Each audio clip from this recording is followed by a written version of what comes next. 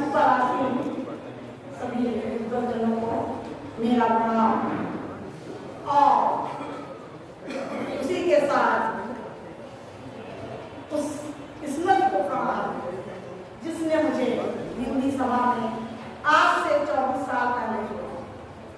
मैं ऋणी हूँ डॉक्टर सारस्वत की, ना वो उनसे मेरी सिधौली में मुलाकात होती कार्यक्रम में, और ना वो हिंदी सभा में जोड़ते और लगातार विद्वानों से हमारा परिचय है।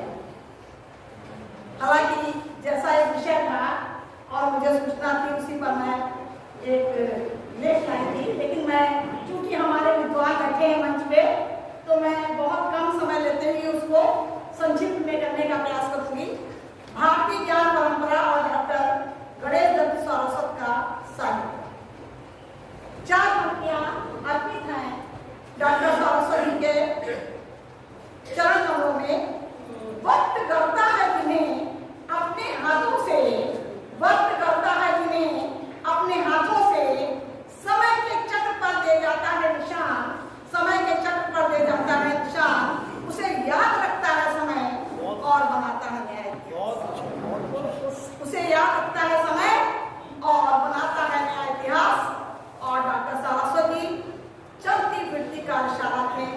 उनसे उनके एक गतिविधि में अगर आप सीखना चाहें तो सीखिए। और मैं ऋणी हूँ कि मैंने बहुत कुछ उनसे सीखा।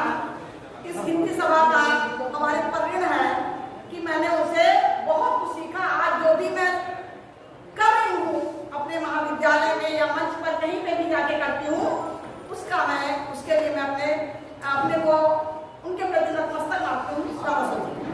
फिर मैं उस चर्चा में इस बात को कि लेखक, कवि, साहित्यकार सही मायने में भारतीय ज्ञान परंपरा का संवाहक होता है। तो मैं उनके निकट निबंध की कुछ निबंधों को के चर्चा करूंगी। एक है जिसमें उन्होंने राम पर आधारित निबंध लिखा है और उसमें ऋग्वेद उपनिषद की चर्चा की है। और हम ये मानते भी हैं कि हमारी ज्ञान की परंपरा वेद, उपनिषद, बौद्ध, जैन से ही होकर निकली है। और इसमें कहीं पे भी सारस्वत जी पीछे नहीं दिखाई देते हैं, क्योंकि हमने ये जाना कि जो हमारी संस्कृति है, हमारा देश है, वो भारतीय विश्व को पहचान तो देती है जो कि हमारे हजारों साल पुरानी है। और उसमें संस्कृत के योगदान को हम कहीं पे भी कमतर नहीं आ सकते। लेकिन हमें ये देखना चाहिए कि मैं कुछ पंक्तियों को कोट कर रही हूँ क्योंकि मैं इसी को ले जाती, अन्यथा कविता या कुछ भी लियाती। राम कथा के सांस्कृतिक तत्व जिसमें उन्होंने ऋग्वेद उपनिषद का उल्लेख करते हुए बताया है कि वाल्मीकि के अनुसार धर्म मात्र कर्म कांड नहीं वरन शब्दों का पुंजीभूत रूप है जो श्रेष्ठत्व का निर्धारण करता है। और अंत में वे बताते हैं कि भारतीय संस्कृति में आध्यात्मिक और समृद्धि दोनों समाहित हैं और यही राम राज्य का जीवंत रूप है। तो जीवंत रूप की बात जो करता है वो भारतीय ज्ञान परंपरा का संवाहक है, आगे ले जाने वाला है। वहीं पर एक निबंध है जो तुलसीदास पर है और जिसमें तुलसीदास पर जितना भी शोध हुआ है, पत्र पत्रिकाएं हैं, उनका उल्लेख किया। मैंने सारस्वत जी की, ये मेरा सौभाग्य है कि उनके घर के पड़ोस में भी थी और उनका बहुत ही अपनापन था।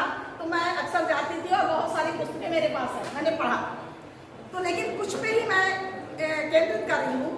तो उन्होंने बताया कि तुलसी को लेकर के जो विविध पक्ष हैं वो मानते हैं कि तुलसी जो है प्रत्येक पद के कंठार। और ये भी बताते हैं कि वे जन जन में रचे बसे हैं। ये उन्हीं के निबंध के पंक्तियों को मैंने कोट किया। दूसरे एक निबंध में कंठार है और जन जन में रचे बसे हैं।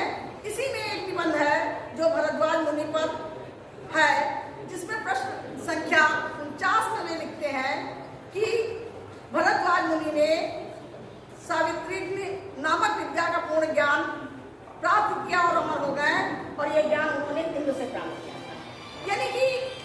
संक्षिप्त करते हुए ये बात बताना चाहती हूँ कि जो इनका साहित्य है, आप चाहे वो कविता हो, चाहे लेख हो, चाहे गद्य हो, सब में आपको जो सारस्वत जी है, जो हमारी भारतीय ज्ञान परंपरा है, उसका ही समाहत दिखाई देते हैं। और इसी रूप में उन्होंने अपने साहित्य का सृजन किया है।